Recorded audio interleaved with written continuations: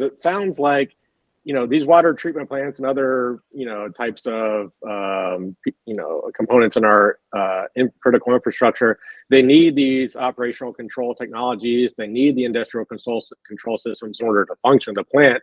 But it sounds like that puts them at a significant risk compared to, maybe your normal law office or accounting office or doctor's office, right? There's something about these ICS and OT systems, or many things about them, that really make these plants extremely vulnerable, more so than your average SMB. Is that right? Well, just look at what the outcome would be, right? So if you take the successful outcome of an attack, let's just take a water treatment plant. Let's say I'll just use my town, for example, right? So I live in a small town, about 5,000 people here. We have a water treatment facility.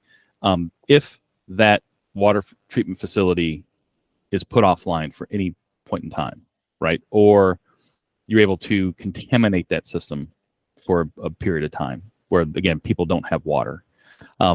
That's a big deal. That's 5,000 people that, I'm on a Barrier Island that don't have water, that need to go somewhere else, right? So that's a huge impact versus, again, I'm not downplaying the severity of it, but if your law office goes offline for a day or a week, yeah, you're going to feel that, but the impact of the greater public is not affected by that.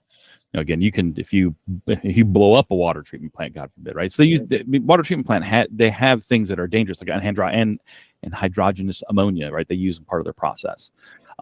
Very dangerous chemicals, right? So if you're able to spew that kind of stuff in the air, right, now you're poisoning people. Again, the outcome could be death in the end, right? So it's that life safety thing that you just don't have that kind of risk in a law office, right? So if I blow your server up, it's not, it's not physically blowing up. It's encrypted or it's deleted or whatever the case may be.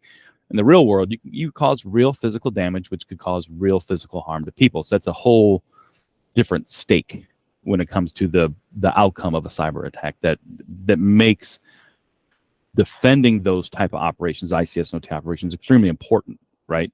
But there's not a whole lot of subject matter experts. There are some. There are people out there. Obviously, there's people like us that have subject matter expertise around industrial control systems. But it's not the normal security companies that have that.